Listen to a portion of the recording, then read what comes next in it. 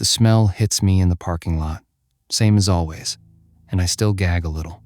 22 shifts in, and my body has not agreed to accept it. It is not the smell of meat. People think that. They think a slaughterhouse smells like a butcher case, like cold pink and clean paper. It smells like a wet penny left in a dog's mouth. It smells like a hot mop. Underneath that, there is a sweetness that comes from the rendering side, where they cook everything nobody will buy. And that sweetness is the part that gets into your clothes and stays there through 3 washes. Riley makes me strip in the garage now. I don't blame her. 11 at night, the second Tuesday in November, and Corliss Provision Company sits under its sodium lights, like something that got dropped here and never picked back up. 1931 on the cornerstone. 4 acres of block and corrugated steel out on County Road 9, 12 miles from anything with a stoplight. Day shift kills 1,100 head. Second shift breaks them down. Third shift is me and Manny and a pressure washer. And our whole job is to make 4 acres of murder look like a hospital by 6 in the morning. $26 an hour with the night differential. That is the number that keeps me walking through the door. I have a daughter, Nova, 8 months old, and she has this thing where she grabs my nose and holds on like she's got a plan for it. Riley and I have a 2-bedroom above a laundromat and a stack of hospital bills from the delivery that we are paying off at $90 a month, which means we will finish paying it off around the time Nova starts driving. I have a possession charge from when I was 19 and a fight from when I was 21, and that combination means the only places that would hire me are the ones that can't keep anybody. Corliss can't keep anybody. There is a hiring sign zip-tied to the fence that has been there so long the sun has bleached it white. I badge in. The clock reads 10:52. I go up the metal stairs to the locker room and put my phone in locker 41, because phones on the floor are a fireable offense, food safety, no exceptions, and there is a supervisor whose entire job used to be catching people with them. That man got laid off in the spring, but the rule stayed. I pull on the gear. White bibs, rubber boots to the knee, cut gloves, under rubber gloves, hairnet, hard hat, safety glasses that fog in about 4 minutes, and stay fogged. The bibs still have last night's stains on them because they only get changed Fridays. Manny is already down in the wash bay pulling hoses, and when he sees me, he does the thing he always does, which is check his watch and shake his head like I'm late even though I'm 8 minutes early. He is 51, 29 years in this building. He's got a knee that clicks so loud you can hear it over the compressors, and he will not go to the doctor about it, because if they tell him not to work, he doesn't know what he'd do with his hands. He is the only reason I've lasted 22 shifts. There he is. Banker's hours, Guito. Must be nice. I tell him to shut up, and he laughs, and the laugh turns into a cough because everything in here turns into a cough eventually. He hands me the wand for the 2-inch line and takes the smaller one for himself, which he always does, because his shoulder is as bad as his knee, and the 2-inch has a kick to it that'll walk you backward if you're not braced. We start in fabrication, which is the easy part.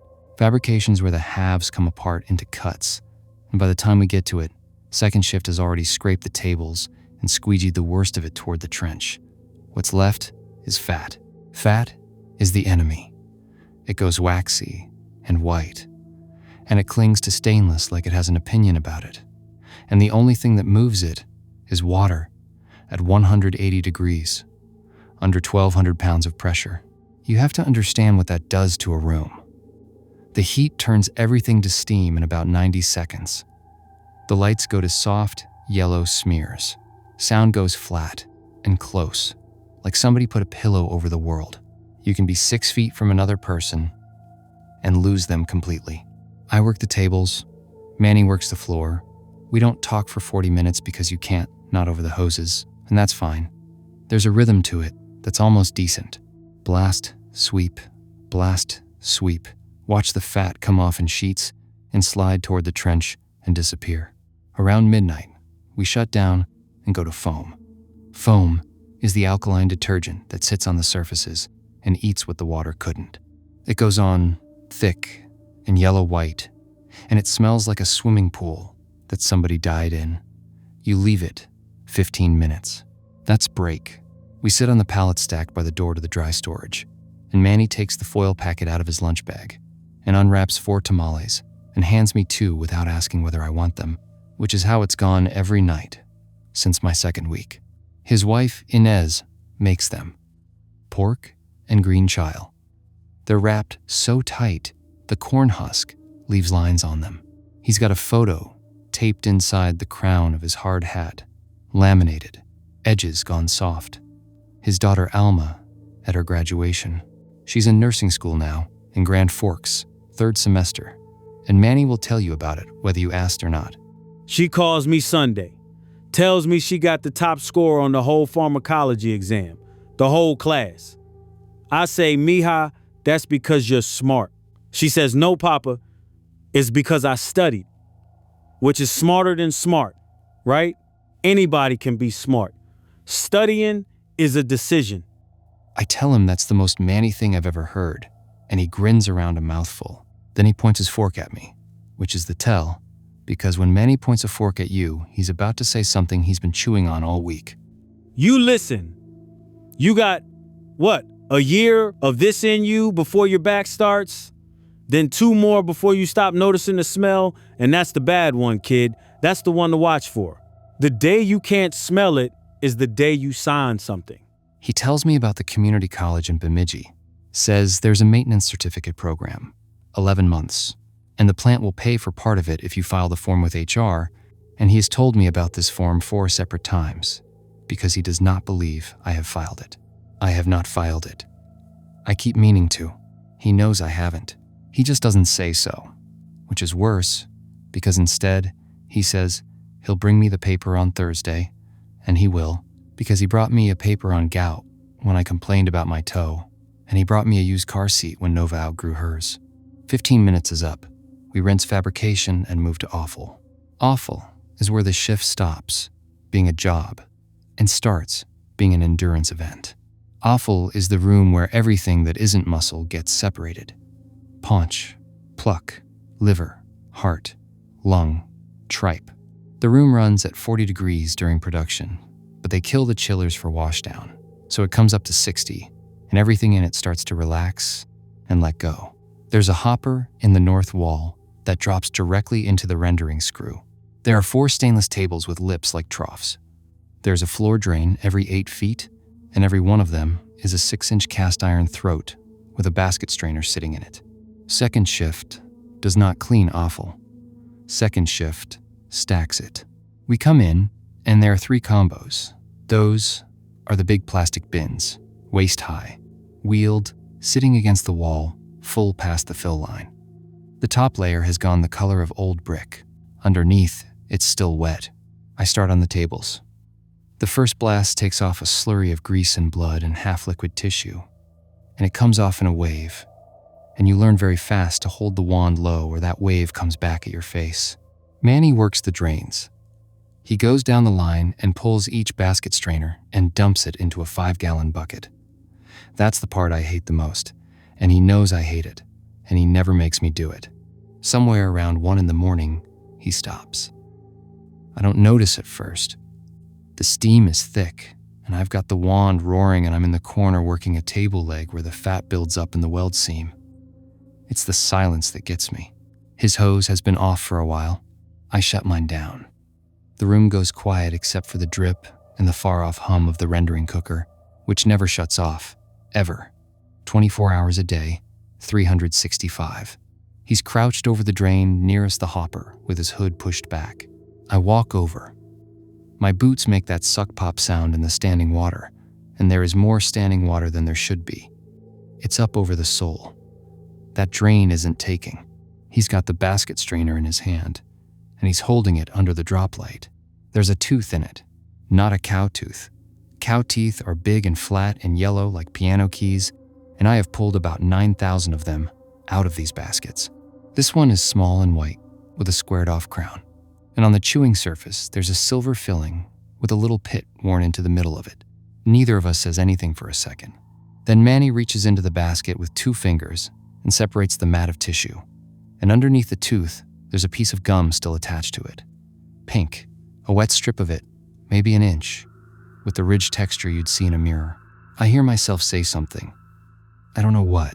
Manny sets the basket down very carefully, like it's got something in it that could go off, and he leans over the open drain and shines his light down. The pipe is packed, not with fat. Fat is white and dull, and it moves when the light hits it because it's floating.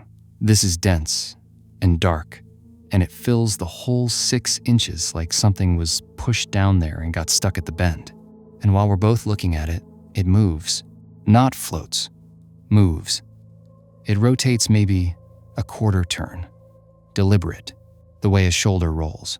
Manny stands up so fast, his knee cracks like a starting pistol. Okay, we're done in here. Cade, look at me. We're done in here. We're going upstairs. We're getting Dwayne. I want to tell him it's a hide.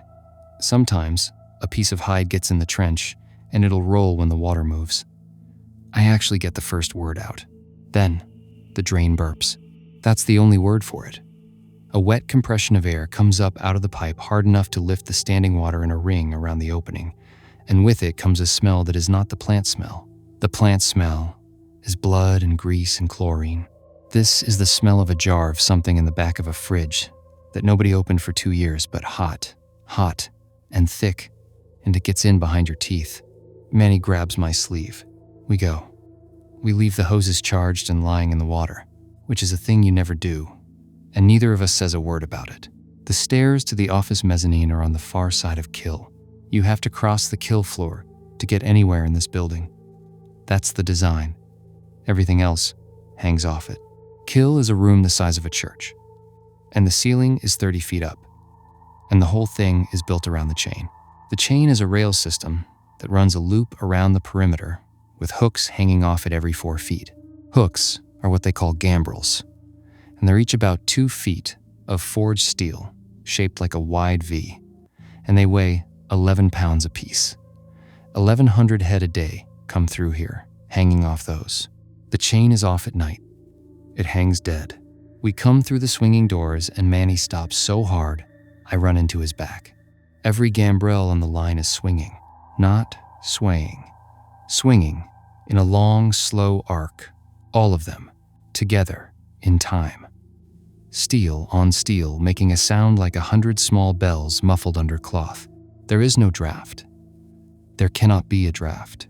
This building is sealed for pressure differential. Kill runs positive to keep offal air from coming in, and every door in here is on a hydraulic closer, and I have never, in 22 shifts, felt so much as a breeze on this floor.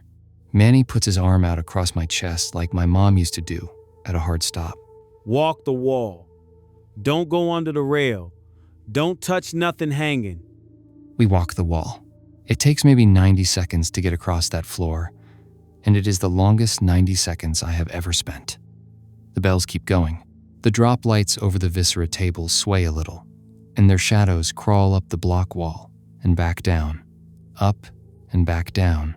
And every time they crawl, I see something in the corner that isn't there when I look straight at it. We get to the stairs. We go up. Manny's knee clicks on every riser. Dwayne Skeet's office is a plywood box with a window that looks out over Kill. He is night foreman, which at Corliss means he's the only salaried person in the building between 10 at night and 5 in the morning. And his actual job is to sit in that box and not come down. He's in there with the space heater on and a paperback face down on the desk. He doesn't look up when Manny opens the door. That's the first thing that's wrong. Manny opens the door hard enough to bang it, and Dwayne just keeps sitting there with his hands flat on the desk. Drains blocked and offal. The main one by the hopper. And fuck Dwayne. There's a human tooth in the basket. There's a piece of a fucking person in my strainer. Is the line running? What? No.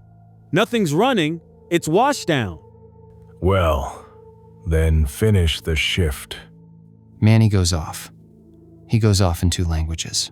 He is telling Dwayne that he has been in this building since before Dwayne could drive, that he has pulled 10,000 strainers, that he knows the difference between a cow and a Christian.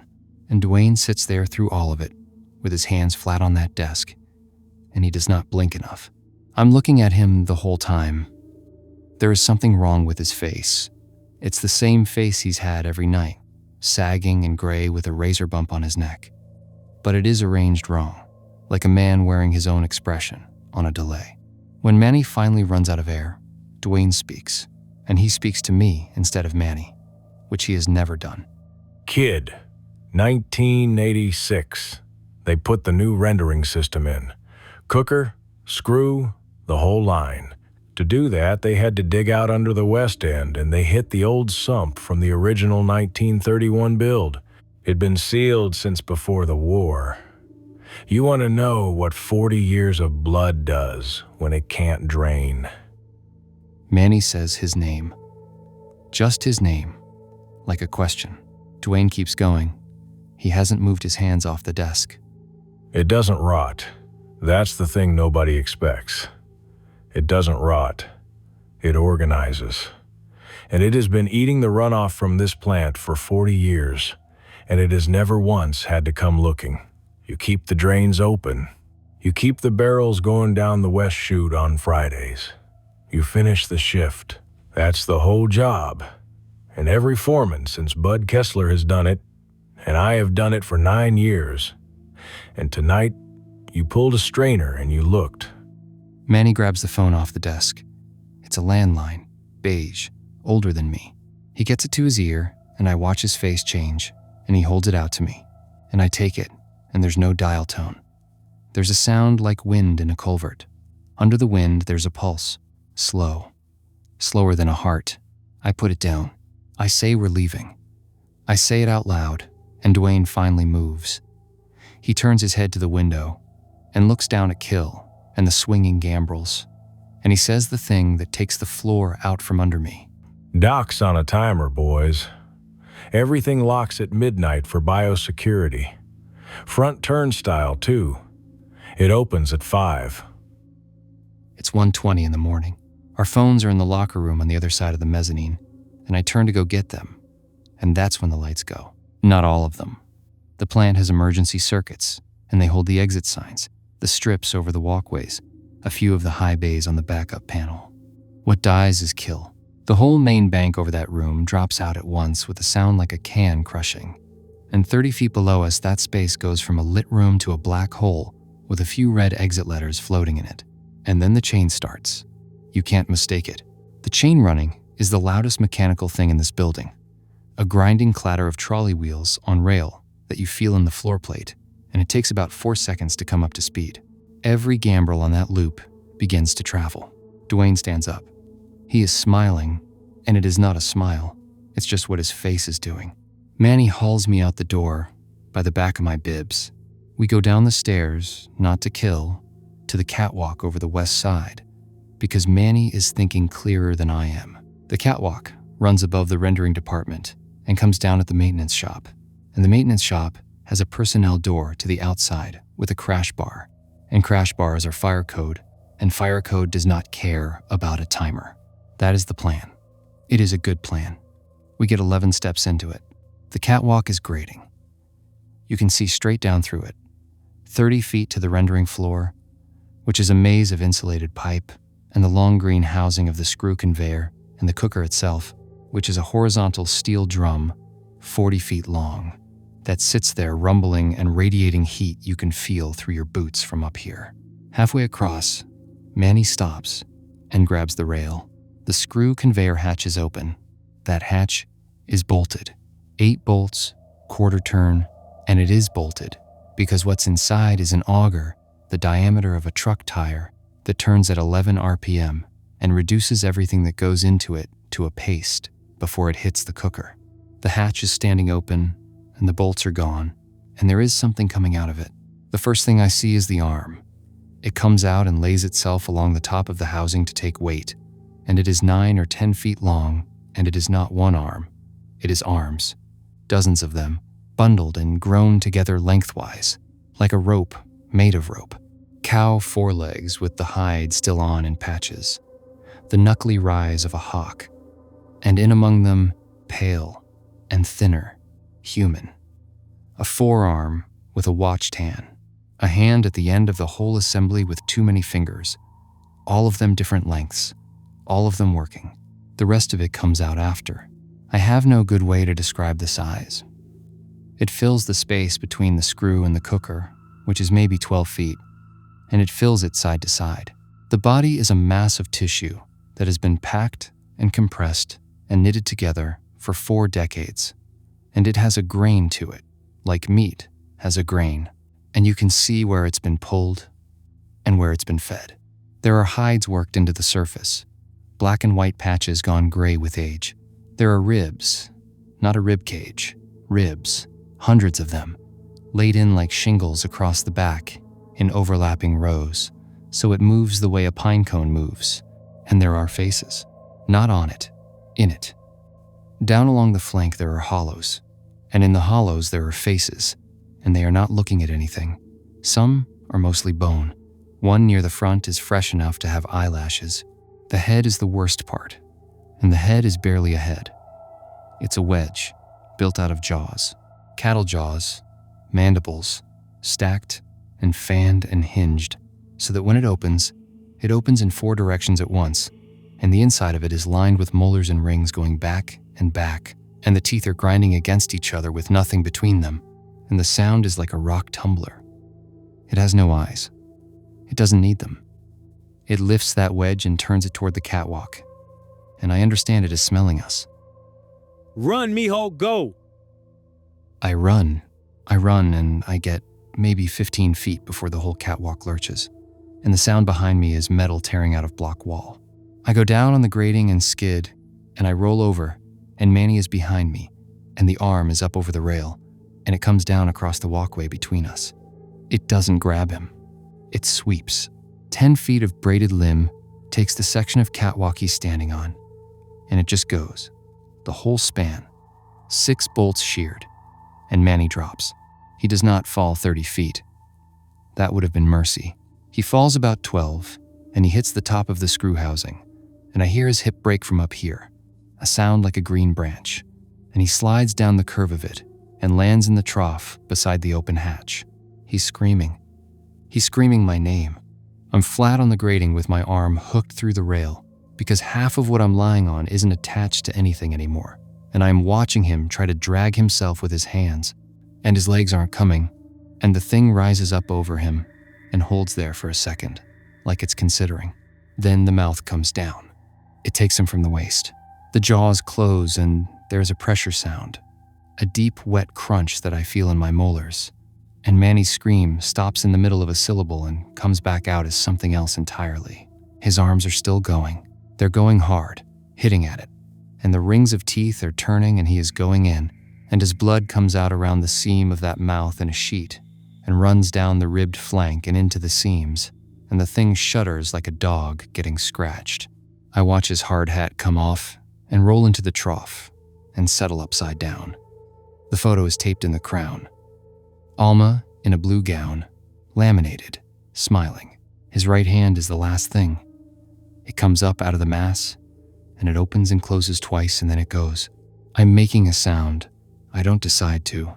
It's coming out of me in a thin, steady line, and I clamp both hands over my mouth and hold it in, and I taste rubber and grease, and I don't stop. The wedge lifts. It turns up toward the catwalk. It is dripping. It smells for me. I get my boots under me and I go. And behind me the grating peels off the wall in a screech and comes down 40 feet of it at once, and I make the platform at the far end as the whole span drops. Maintenance shop. Doors there. I hit the crash bar with everything I have. It gives an inch and stops. Chain. Through the bar, on the outside, and a padlock. I can see the loop of it through the wire glass, hanging there in the sodium light, with rain starting to come down on it. That is not fire code. That is not anything. Somebody put that there tonight. I stand there for a second, with my forehead against the glass. 12 feet away, there is a parking lot and a truck with a car seat in the back and a phone in the cup holder. Behind me, way back through the shop, I hear the wet drag start again. I move. I know this building. 22 shifts is not a lot, but Manny walked me through every inch of it in my first week, because he said a man who doesn't know his exits is already halfway dead. I know the shop connects to the cooler corridor, and the cooler corridor runs behind Kill. And there is a second set of stairs at the northeast corner that goes up to the mechanical mezzanine. The mechanical mezzanine is where the refrigeration plant lives. Corliss runs anhydrous ammonia. Every big packing house does. Ammonia is a better refrigerant than Freon, and it's cheaper. And it has one drawback, which they cover in the safety video they make you watch on day one. The one everybody sleeps through. I didn't sleep through it because I'd had 4 cups of coffee and nothing else to look at. Anhydrous means no water in it. It wants water. It will pull water out of anything it touches, and your eyes and your lungs and the wet inside of your mouth are the nearest water there is. At 300 parts per million, you're in trouble. At 2,000, it's a matter of minutes. It burns going in, and it doesn't stop burning. There are 1,100 pounds of it in the high-pressure receiver on that mezzanine. I don't have a plan yet. I have a direction. Sometimes, that's all you get. Cooler corridor is 40 degrees and pitch black, except for the exit strips. And it's lined with rolling racks of hanging primals. Hundreds of them, plastic wrapped and swaying slightly on their hooks as I go past. I'm running with my hands out, and I hit one, and it swings back and hits me in the chest, cold and heavy and solid as a punching bag, and I go down hard on the tile. That's when I hear Dwayne. He's ahead of me in the dark, and he's laughing. Except it's not laughing either. It's the sound a man makes when the part of him that decides things has already left. You looked. 9 years I kept it fed, and you looked. It knows there's 2 of us now. That's the only reason it hasn't come up the west chute in 9 years, kid. It never had to know. He comes out of the dark into the exit light, and he's got the captive bolt gun. That's the stunner, pneumatic, tethered to an airline on a reel, and it drives a steel rod 4 inches into a skull and pulls it back in under a second. And there is one hanging at every knockbox on this floor. He's not pointing it at me. He's holding it against his own temple, and his hand is shaking so bad, the barrel is knocking against his skull. Tap, tap, tap. You tell them the barrels go down the west chute on Fridays. Somebody has to keep doing the Fridays. I get one word out. I don't even get the whole word. The gun goes off with a bang like a nail driver, and Dwayne's head jumps sideways on his neck, and a fine spray goes out and speckles the plastic wrap on the primals behind him, and he drops in a heap with his legs folded under wrong. The hose reel retracts. The gun gets yanked out of his hand and skitters across the tile and swings up on its tether and hangs there, dripping. There's a hole in the side of his head the diameter of my thumb, and it is not bleeding much, and his eyes are open, and his mouth is moving. Just moving. No sound. His jaw works twice and stops. Behind me, far back down the corridor, the racks start knocking together. It's coming through them. It's not going around. I get up and I run, and I do not look back, and I hit the northeast stairs at a dead sprint, and I'm going up them 3 at a time when it comes into the corridor below and takes the whole rack line out. 200 primals hitting the floor at once sounds like the building falling down. Mechanical mezzanine, screened room, chain link cage, danger ammonia in yellow. And the padlock on the cage is a joke because the hasp screws are stripped and everybody who works here knows it. I get 2 fingers behind the plate and pull, and the whole hasp comes off in my hand. Inside, it's a forest of insulated pipe and 2 compressors, the size of engine blocks, and, against the back wall, the high-pressure receiver. It's a horizontal tank, maybe 5 feet across, 12 feet long, painted silver, with a liquid line coming out the bottom that runs to a header full of valves and gauges. There's an emergency ventilation switch on the wall, big red mushroom head, and above it a placard telling you to evacuate and call the fire department. Here's what I've got. The liquid line has a service valve and a purge port. The purge port has a brass cap on it and a small hand valve behind the cap. I've watched the refrigeration contractor use those to bleed the system in the spring. You crack the valve, and it hisses white for a second, and you close it, and you're supposed to be wearing a full-face respirator when you do it. If I take the cap off and open that valve all the way and walk away, this room is going to fill with liquid ammonia flashing to gas at a rate I cannot begin to guess at. And it is going to spill down the stairs, because ammonia gas is lighter than air, but a big release is cold, and it hugs low first. And I have exactly one thing on my side, which is that this cage is at the top of the only stairwell on this side of the building. If it comes up those stairs, it comes into a box, and I have to be in the box with it long enough to matter. There's a wall cabinet by the door. There's a full-face respirator in it with 2 pink and yellow cartridges, and I do not know how old they are, and I do not have time to care. I get it on. It smells like somebody else's breath. I strap it down until it hurts. I take the brass cap off the purge port. Down the stairs, something big enters the bottom of the stairwell. I get behind the receiver, and I put my back against the block wall, and I wait. The stairwell is steel pan treads, and it is not built for this. I hear the first flight take the weight, and I hear the stringers scream, and then the sound of it coming up is a slow, rhythmic scrape and slap, and the whole mezzanine deck starts to flex under me. The head comes through the door frame first, and it doesn't fit. It comes through anyway. The block on either side of that door bursts out in a shower of gray chunks, and the wedge shoulders in, and the rings of molars are turning, and there are strings of something hanging off them. There's fabric in the front of that mouth. White fabric with a stripe. Manny's bibs. It fills the doorway, and then it fills half the room, and I can feel the heat coming off it. Because a body that big generates heat, it is a compost pile that learned to want things. I am 4 feet from the purge valve. The nearest arm comes down and takes the compressor off its mounts and throws it, and the compressor goes through the chain link and off the mezzanine, and I hear it land somewhere below, and the wedge swings toward the sound and then swings back to me.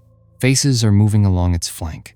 The one with the eyelashes is close enough now that I can see there's a small gold hoop still in the ear beside it. I lunge for the valve. I get my hand on the handle, and I turn it, and the sound that comes out is not a hiss. It's a roar. A white jet the width of my wrist comes screaming out of that port sideways across the room at 150 pounds of pressure, and where it hits the thing, the surface goes white and then black, and then it splits. The whole room fogs in under 2 seconds. I can't see. The respirator holds mostly. There's a burn starting along my jaw where the seal isn't right. A bright chemical burn that feels like a lit match held against skin. And I go flat on my belly on the deck, because that's the only air that isn't pure poison, and it isn't good air either. The thing loses its mind. There's no other way to say it.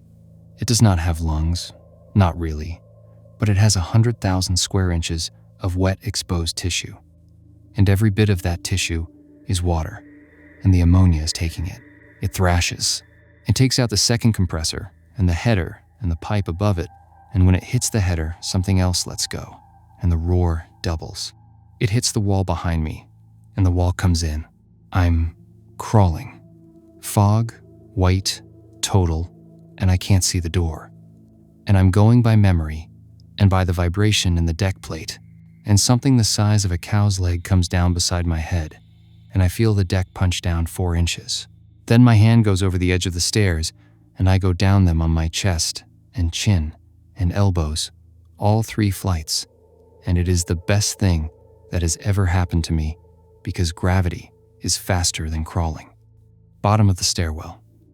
The fog is coming down after me in a slow white waterfall, and I can already feel it on my neck. There is a fire door here. It goes to kill. I go through it, and it swings shut behind me, and I get about 20 feet before my legs stop working, and I go down on the wet tile. I get the respirator off because I'm going to be sick and I don't want to drown in it. Everything below my eyes is on fire. My left jaw is blistered from the ear down, and my throat feels like I swallowed a hot coal, and I can't stop coughing, and every cough tastes like blood and cleaner. Kill is still dark.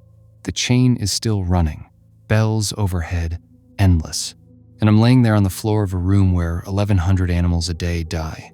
And I'm thinking about the fact that Manny's paper on the maintenance program is on his kitchen table right now. He set it out. He would have set it out Sunday, so he wouldn't forget it Thursday. Inez is asleep upstairs, and that piece of paper is sitting on the table with a coffee ring on it. And she doesn't know yet. The fire door behind me buckles outward. Not opens, buckles.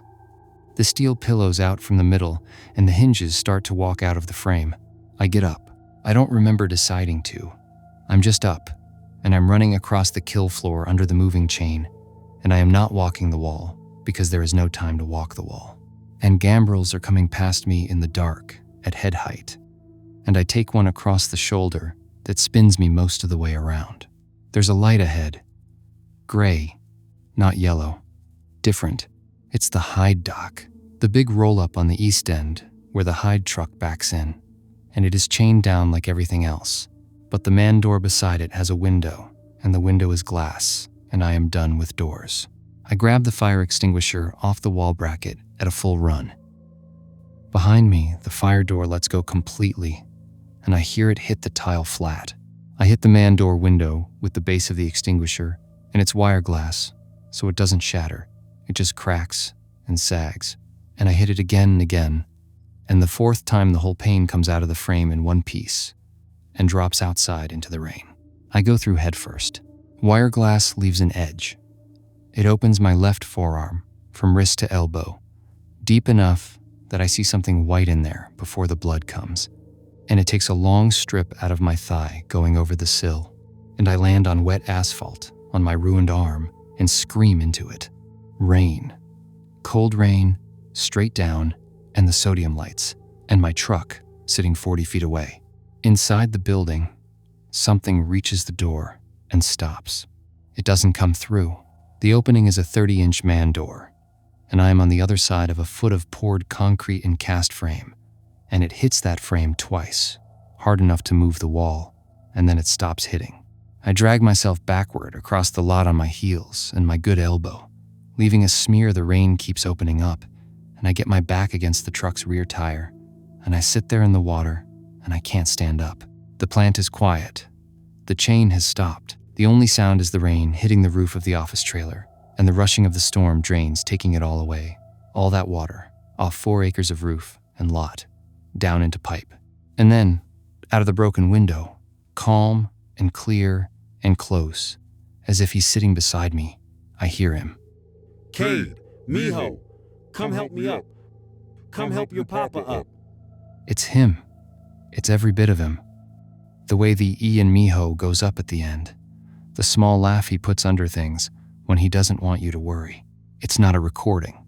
It's not an echo. It's shaped, and it's aimed at me. And it is coming from a mouth made of jaws that ground him up 11 minutes ago. It says it again, patient, kind. I put both hands over my ears, and I press until my skull hurts, and I can still hear it through my palms. I get my keys out with my good hand. I can't feel my left arm below the elbow at all now, which is its own kind of bad news. Blood is coming off my fingertips in a steady drip that the rain takes. It calls me 4 more times while I'm getting the door open. On the 4th one, it stops being warm. It doesn't get louder. It gets flat, and it says my name the way you'd read it off a list.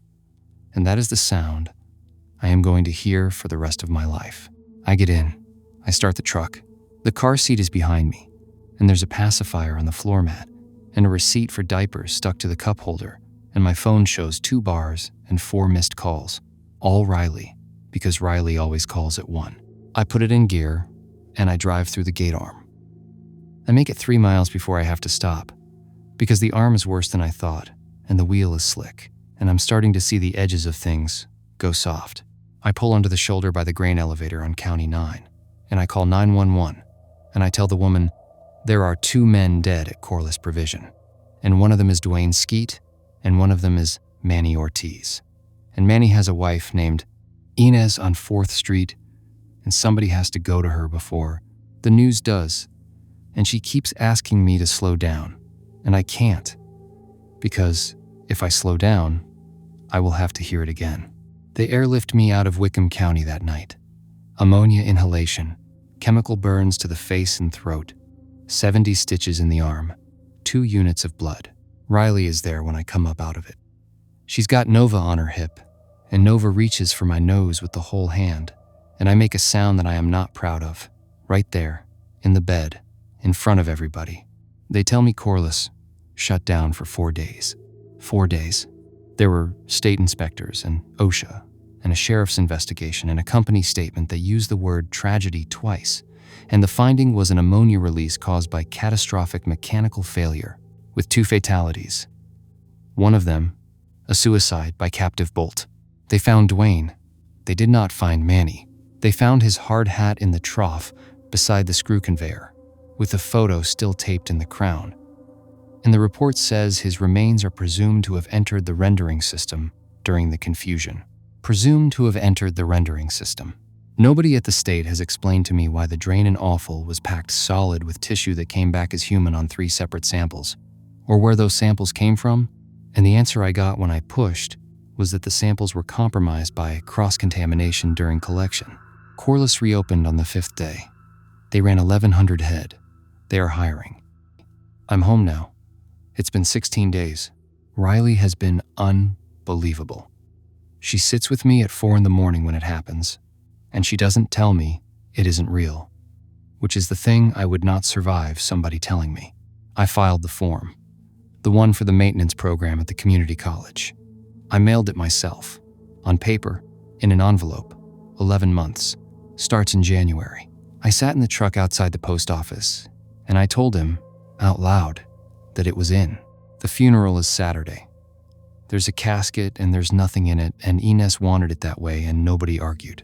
Here's the part I'm still sitting with. Our building is old. The laundromat below us runs floor drains straight into the city main, and the whole block is on 1950s clay pipe. And the city main runs west, out under County Road 9, past the grain elevator, past the Corliss property line, into a lift station that services 4 acres of packing house. It all connects, all of it. Every drain in this county goes to the same dark. Nova's room shares a wall with the bathroom. There's a floor drain in there, in the tile, from when this place was a butcher shop in 1952, which is a thing I learned from the landlord and did not think about once until this month. 2 nights ago, I got up at 3 to warm a bottle, and I heard the pipes knocking, and that's normal. This building's pipes knock. Last night, I got up at 3, and it wasn't knocking. It was slow. Slow and wet and rhythmic, coming up through 6 inches of cast iron. And when I put my ear down to the grate, and I did, I got down on the tile in the dark, and I put my ear against it, because some part of me had to. It stopped. It stopped, and it waited, and it let me hear it, not moving. Then, very quietly, from a long way down, in a voice I know better than my father's. Cade, you get that paper in the mail, motherfucker? I'm sitting outside her door right now, 4 in the morning. Riley's asleep. Nova's asleep. I've got the water off at the street. I've got a bag of quickset concrete and a 5-gallon bucket in the hall, and I am going to pour that drain shut at first light. And I know, in the place where you know things, that it will not matter. 40 years it sat under that plant, and it never once had to come looking. It knows what looking is now, and it is patient, and it is fed, and it has learned that if it uses the right voice, sooner or later, somebody gets down on the floor and puts their ear against the grate.